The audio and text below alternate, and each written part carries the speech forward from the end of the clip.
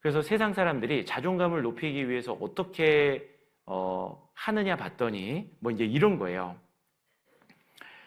자존감을 높이기 위해서는 자기 자신에게 집중하라고 얘기를 합니다. 자기 자신에게 집중하고 다른 사람의 시선을 신경 쓰지 말라고 하는 거예요.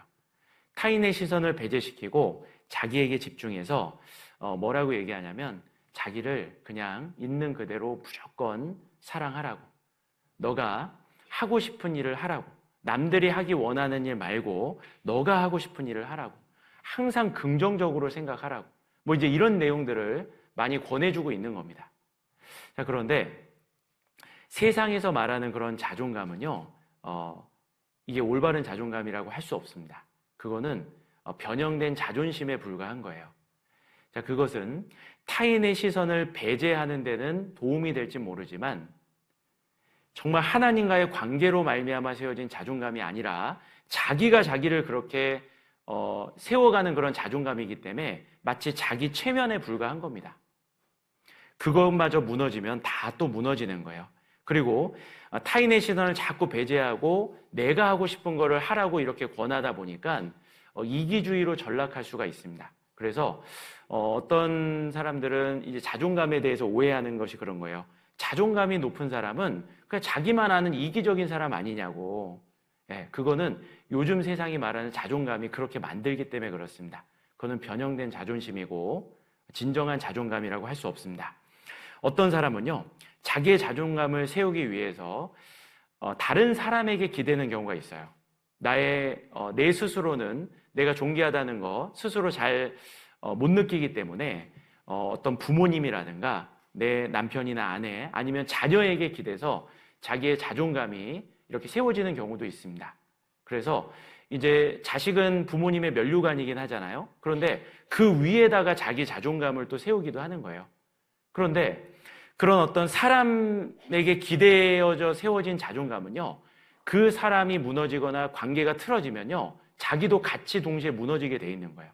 내가 정말 자녀를 면류관처럼 생각하고 자녀 위에 자존감을 딱 세워놨는데 그 자녀가 나를 무시하고 함부로 대한다면 그럼 완전히 다 무너지는 게 되는 거잖아요. 그래서 사람에게 세워져 있는 의지에서 세워진 자존감도 온전한 자존감이라 할 수 없습니다. 그리스도인의 올바른 자존감은요, 하나님과의 관계 속에 세워져야 되는 거예요. 여기에 다른 사람도 개입되는 게 아니고 내가 스스로 자기 체면을 거는 것도 아니고 진짜 내 영이 하나님과의 올바른 관계를 맺음으로써 하나님 앞에 내가 얼마나 존귀하다는 그것을 진정으로 알아가는 겁니다. 하나님의 시선으로 나를 바라보는 거예요. 다른 사람의 시선으로 나를 보는 것도 아니고 내 시선으로 나를 보는 것도 아니고 오직 바울이 얘기했던 것처럼 하나님의 시선만으로 나 자신을 바라보는 겁니다. 자, 그때 무슨 일이 벌어지냐면 하나님의 시선으로 나 자신을 바라보면요, 우리가 처음에 느끼는 감정은 비참함입니다. 왜냐하면 하나님은 거룩한 창조자시고 그분 앞에 섰을 때 나는 완전한 타락한 죄인일 뿐이라는 걸 알게 되는 거예요. 하나님 앞에 나는 먼지보다 못한 존재라는 걸 알게 됩니다. 하나님의 그 광대하심을 생각할 때 이 끝을 알 수 없는 우주 가운데 먼지처럼 떠오르는 이 지구 안에서 그 먼지 위에 붙어 사는 바이러스처럼 우주라는 공간에서 봤을 때 나는 아무것도 아니잖아요. 점도 찍히지 않을 정도로 아무것도 아닌 존재. 내가 죽어도 이 세상과 우주는 아무런 타격도 받지 않습니다. 심지어 나는 온갖 죄를 지은 하나님 앞에 진노의 심판을 받을 수밖에 없는 죄인이라는 걸 알게 되는 거예요. 그래서 하나님의 시선으로 나를 바라볼 때 먼저는 내 모든 가면과 포장은 다 벗겨진 채로 하나님 앞에 벌거벗어진 상태로 내 현재 모습을 진정으로 알게 됩니다. 우리가 구원받을 때 정말 내가 얼마나 죄인이라는 거, 내가 지옥 갈 수밖에 없는 죄인이라는 걸 철저하게 깨닫게 됐잖아요. 그래도 내가 다른 사람보다는 착하게 반듯하게 살아왔다 생각했지만 하나님 말씀 앞에 서보니까 나는 죄덩어리고 하나님 앞에 아무것도 아니라는 거, 지옥과 마땅할 존재라는 걸 우리가 알게 됐잖아요. 내 실체를 알게 된 겁니다. 포장재가 다 벗겨진 거예요. 포장지가 쌓여진 상태에서 자존감 세우면 포장지 벗겨질 때 더 비참해질 뿐입니다. 오히려 올바른 자존감을 세우려면 완전한 내 존재가 어떤 존재인지 분명하고 철저하게 알아야 되는 거예요. 나는 아무것도 아닌 그런 존재라는 걸 하나님 앞에 알게 됩니다. 만물보다 거짓되고 심히 부패한 마음을 가지고 범죄하기를 쉬지 않으며 하나님의 진노를 계속 불러일으킨 그런 존재라는 것, 그걸 우리가 이제 깨닫게 되죠. 근데 하나님의 시선으로 하나님의 공의 앞에 그 모습만을 생각하면 우리는 이제 자존감은 완전히 바닥이 되는 겁니다. 자존감은 바닥이 되지만 하나님의 시선으로 계속 바라보면요, 위대한 반전이 기다리고 있죠. 하나님을 계속 생각하고 하나님의 시선으로 날 바라볼 때 이제 자기의 비참함을 알았다면 이제 또 그 다음에 알게 되는 게 있는 거예요. 내가 하나님 보시기에 얼마나 존귀하다는 것을 또 알게 되는 겁니다. 난 아무것도 아닌데 우주 가운데서도 아무것도 아니고 세상에서도 먼지에 불과하고 하나님 앞에서도 타락한 죄인에 불과한데 그런 나를 하나님이 얼마나 사랑하시고 귀하게 여기시는지를 깨닫게 되는 거예요. 그런 나를 천하보다 귀하게 여기시고 이 세상 우주 만물도 나를 위해 만드셨다고 하시고 정말 때로는 아무것도 아닌 것처럼 비참하게 나를 생각했는데 하나님은 나를 가장 존귀하게 여기시고 때로는 하늘에 자유롭게 날아다니는 독수리나 바다를 자유롭게 헤엄쳐 다니는 그런 고래들이 부럽기도 했는데 정말 그런 것보다 하나님이 나를 바라보실 때 너는 나를 닮았단다. 하나님의 형상을 닮은 내 영혼을 보시고 하나님이 나를 그렇게 귀하게 여기신다는 것을 알게 되죠. 그리고 심지어 우리를 얼마큼 생각하는지 알게 되는데 이렇게 타락한 죄인인 나를 구원하기 위해서 하나님이 독생자를 보내주시고 독생자의 목숨값으로 나를 구원해 주신 겁니다. 값을 주고 샀다면 그 물건은 그 지불한 값의 가치를 갖는 거예요. 나를 예수님의 보혈로 구원해 주셨다면 내 가치가 하나님의 독생자 예수님과 같은 가치라는 것을 주님이 보여주신 겁니다. 그래서 예수님의 보혈로 우리를 구원해 주시고 우리를 그렇게 존귀하게 여기시는 그 주님의 사랑과 그 은혜를 알게 됩니다. 내가 아무것도 아닌 줄 알았는데 하나님 보실 때는 가장 귀한 존재였다는 것을 알게 되죠. 그리고 구원받은 이후에도 우리가 늘 하나님 앞에 바르게 살았던 건 아닙니다. 지금도 실수하고 넘어지고 하나님 마음을 아프게 해드릴 때가 있죠. 그럼에도 불구하고 그 사랑은 변함이 없이 우리에게 부어지고 있는 겁니다. 여전히 우리를 귀하게 생각하는 거예요. 사랑하는 자녀가 잘못했을 때 잘못을 꾸짖지만 그 사랑이 없어지는 건 아닙니다. 하나님이 때로는 우리를 징계하시기도 하지만 그 사랑이 없어지는 건 아닌 거예요. 우리가 미워서 혼내는 게 아닙니다. 사랑하기 때문에 혼내는 거죠. 하나님은 우리가 구원받을 때 너무너무 기뻐하셨습니다. 회개할 것 없는 의인 99이 99으로 인해 기뻐하는 것보다 더 기뻐했다 하셨어요. 내가 구원받을 때 천사들은 합창을 했고 하늘에는 불꽃놀이가 벌어졌을 수도 있습니다. 하나님이 너무 기뻤고 하나님 얼굴에 한박 웃음이 펼쳐진 거예요. 그리고 구원받은 이후에도 우리를 보실 때 너무너무 아끼고 사랑하십니다. 성경에 보면 하나님이 춤추신다라는 표현이 나와요. 근데 하나님이 언제 춤추시냐면 우리 때문에 춤추신다는 겁니다. 여기 스바냐 3장을 한번 보겠습니다. 스바냐 3장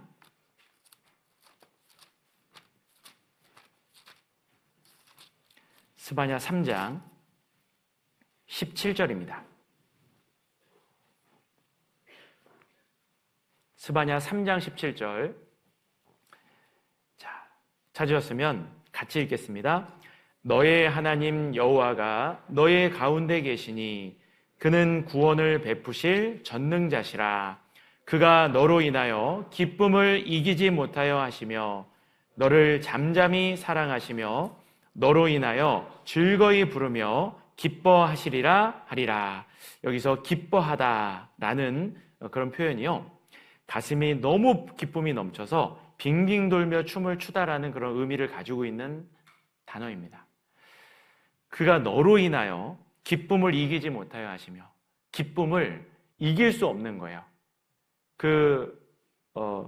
자녀를 보면요, 너무 사랑하는 자녀 보면 기쁨을 이기지 못하잖아요. 제가 바보가 된 지 14년째인데요. 14년 전에 저희 딸이 태어났습니다.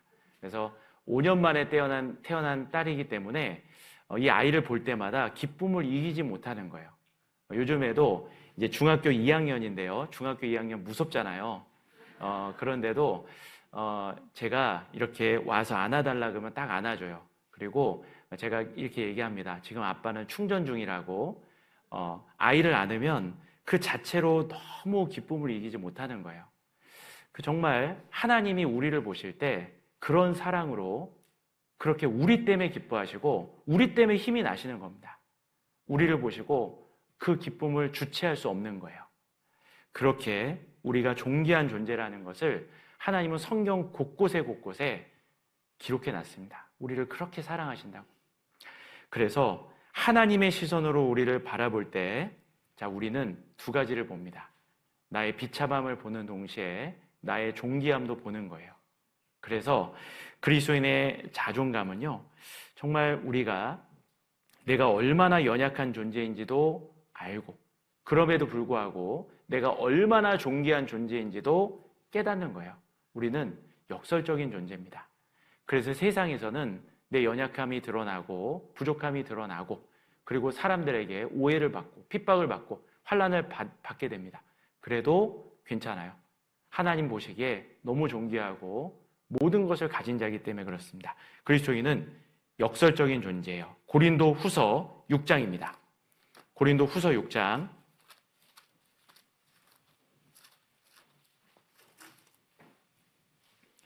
고린도후서 6장 8절입니다. 고린도후서 6장 8절 말씀, 제가 읽겠습니다. 영광과 욕됨으로 말미암으며 악한 이름과 아름다운 이름으로 말미암으며 속이는 자 같으나 참되고 무명한 자 같으나 유명한 자요, 죽은 자 같으나 보라 우리가 살고, 징계를 받는 자 같으나 죽임을 당하지 아니하고, 근심하는 자 같으나 항상 기뻐하고, 가난한 자 같으나 많은 사람을 부요하게 하고, 아무것도 없는 자 같으나 모든 것을 가진 자로다. 세상에서는 우리가 정말 속이는 자 같고 무명한 자 같고 죽은 자 같고 징계를 받는 자 같고 근심하는 자 같고 가난한 자 같고 아무것도 없는 자 같습니다. 실제로 우리의 실체는 정말 그랬습니다. 그런데 하나님이 우리를 존귀하게 여겨주시고 우리를 완전히 바꿔주신 거예요. 참되고 유명한 자고 살고 죽임을 당하지 않고 항상 기뻐하고 많은 사람을 부요하게 하고 모든 것을 가진 자가 우리인 거예요. 그래서 그리스도인의 올바른 자존감은 이런 겁니다. 그래서 내 비천함이 드러나도 비참한 모습이 드러나도 우리는 당당할 수 있어요. 하나님이 존귀하게 보시기 때문에 그렇습니다. 만약에 또 내 존귀함을 알지만 우리는 겸손할 수 있습니다. 왜냐하면 우리의 비참함을 알기 때문에 그런 거예요. 그래서 그리스도인의 자존감은요, 겸손하면서도 당당할 수 있는 자존감입니다. 겸손과 당당함이 동시에 나오는 거예요. 세상이 말하는 이기적인 자존감이 아닙니다. 허울뿐인 그런 다른 껍데기뿐인 그런 자존감이 아닌 거예요. 하나님 앞에서 우리는 우리 실체를 압니다. 그래서 겸손할 수 있어요. 그리고 우리의 존귀함을 압니다. 그래서 우리는 당당할 수 있죠. 그래서 하나님이 우리를 그렇게 만들어 주셨습니다. 그렇게 우리가 그런 자존감으로 세상을 살아가기 때문에 우리가 좀 어렵고 힘들어도, 가진 게 없어도, 있다가 없어져도 괜찮습니다.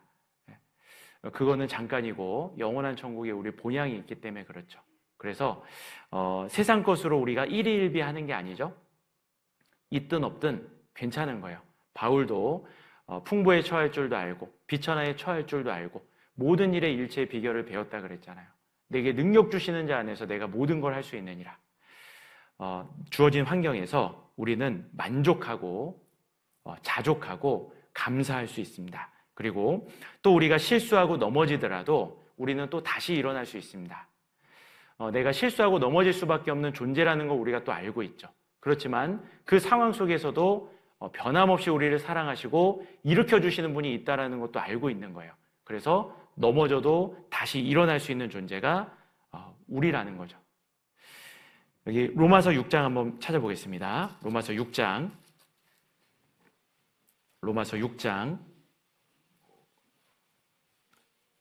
14절입니다.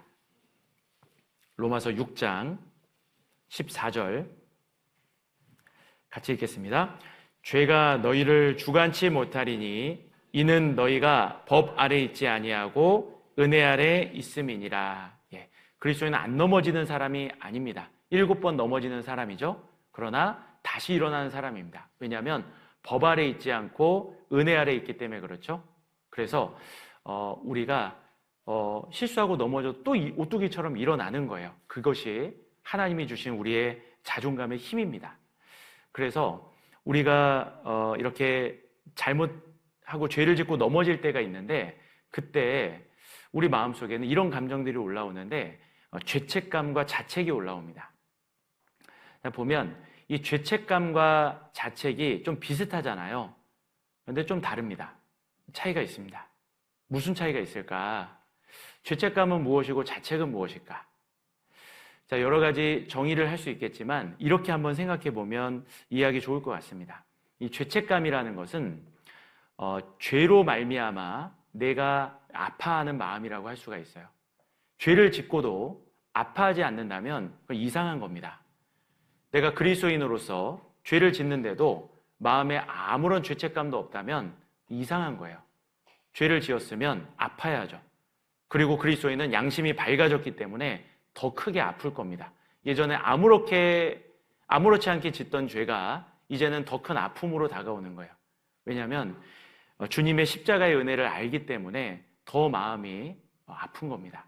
그래서 죄로 인해 아파하는 마음은 죄책감이죠. 죄책감은 크게 느낄 수 있습니다. 그런데 자책은 무엇이냐면 그 죄에 대해서 그 죄를 짓는 자신에 대해서 책망하는 거죠. 자신을 책망하고 자신을 그렇게 정죄하고 이 절망 가운데 밀어넣는 것이 자책입니다. 자, 보면 이런 거죠. 우리는 몸이 다치면요 아픔을 느낍니다. 손가락을 베면 아픔을 느껴요. 피가 나고 아픔을 느끼는데 그 아픔을 느끼는 게 정상이죠. 피가 나는데도 손가락이 부러지는데도 아픔을 느끼지 않는다면 비정상입니다. 그런데 손가락에 피가 나고 상처가 나고 부러지면요 어떻게 하냐면 자책하고 있는 게 아니에요. 왜 손가락 눈은 어디다 보고 다니냐고 손가락 왜 그렇게 밀어넣냐고 막 그렇게 하고 있는 게 아니라 얼른 먼저 치료를 해줍니다. 치료가 먼저예요. 응급처치가 먼저잖아요. 마찬가지로 우리의 연약함으로 인해 우리가 넘어질 때가 있습니다. 그때 아픔을 느끼는 건 정상이에요. 그때 우리는 자책으로 넘어가는 게 아니라 치료를 해줘야 됩니다. 다시 일어나야 되는 거예요. 그리고 치료해 주려고 우리의 영혼의 의사인 예수님께 나아가야 되는 겁니다. 그래서 예수님께 나아가서 십자가 아래서 다시 한번 내 비참함도 다시 느끼고 내 존귀함도 다시 느끼면서 하나님 앞에 다시 회복할 수가 있는 겁니다. 죄책감은 크게 느끼되 자책으로 가지 말고 주님께로 나아가야 되는 거예요. 가룟 유다는 죄를 범하고 자책으로 넘어갔죠. 결국 비참한 운명을 맞이했습니다. 베드로는요 또 하나님 예수님을 부인하는 그 죄를 지었지만 나중에 예수님께 결국은 나와서 회복되잖아요. 그래서 우리가 정말 하나님 앞에서 그런 하나님 바라보고 넘어져도 다시 일어날 수 있는 것, 그것 또한 우리의 자존감의 힘이라 할 수 있어요. 그리고 내가 자존감을 크게 느끼면 그 사람은 진심으로 사람의 영혼을 귀하게 여기고 전도할 수 있는 겁니다. 정말 자기를 존귀하게 여기는 사람만이 다른 사람도 진정으로 존귀하게 여겨줄 수가 있는 거예요.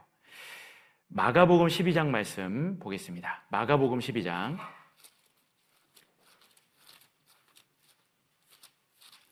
마가복음 12장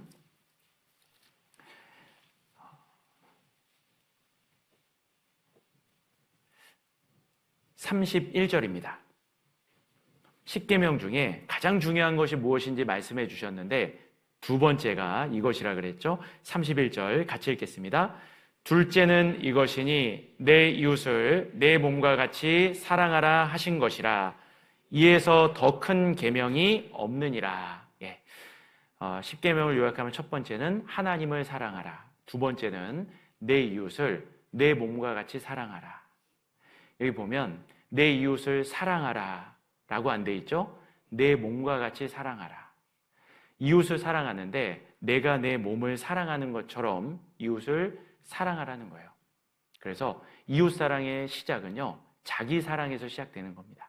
이기적인 자기 사랑 말고 진짜 하나님 앞에서 자기의 비참함을 아는 동시에 존귀함을 아는 그런 올바른 자존감 속에서 자기를 존귀하게 여기고 그 마음으로 이웃도 진정으로 존귀하게 여길 수 있는 거죠. 그 사람이 진정으로 힘있게 전도를 할 수 있을 겁니다. 그래서 우리가 정말 이 하나님 오실 때까지 우리 온 영과 혼과 몸이 흠없게 보존돼서 주님을 맞이해야 될 겁니다. 그래서 우리가 정말 이렇게 몸에 해로운 것들 안 하려고 노력을 하고요. 그리고 우리의 또 정신건강도 지키려고 노력을 하는데 그 시작은 이 영의 영역에서 하나님과의 올바른 관계로 세워진 이 자존감에 있습니다.